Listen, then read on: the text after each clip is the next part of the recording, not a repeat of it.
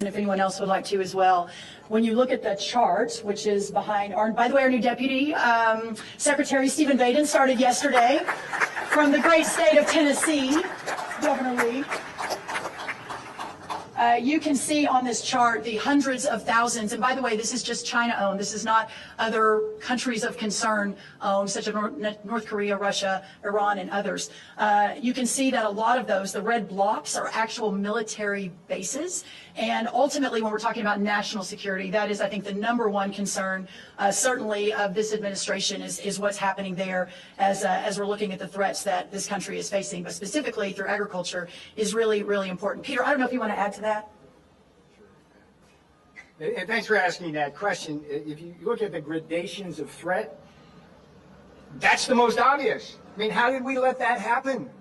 How did we let that happen? And CFIUS, Greek word, I think, for like doing nothing, right?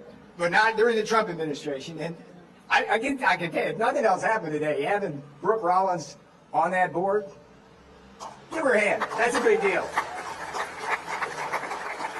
But if you look at the concept here of unrestricted warfare that I talked a little about earlier, it's not just the idea that you can surveil troop movements, flights, all the things you would worry about just from a pure national security view. But you remember when they arrested the Chinese spies on the Iowa farmland? Y'all remember that?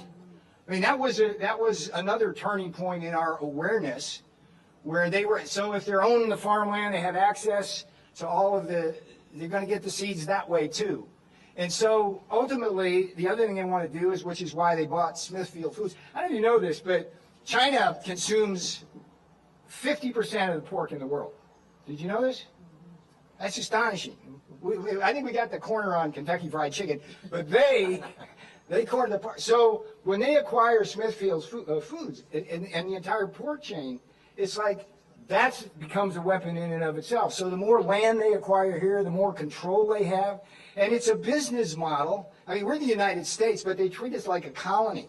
They do the same damn thing down in Zambia with tobacco and around all of Africa. They buy land, they bring in Chinese workers to work the land, and then they ship the food back to China, and the people around starve or pay higher prices. So when you ask us, what's this about? It's about everything. Food security is now.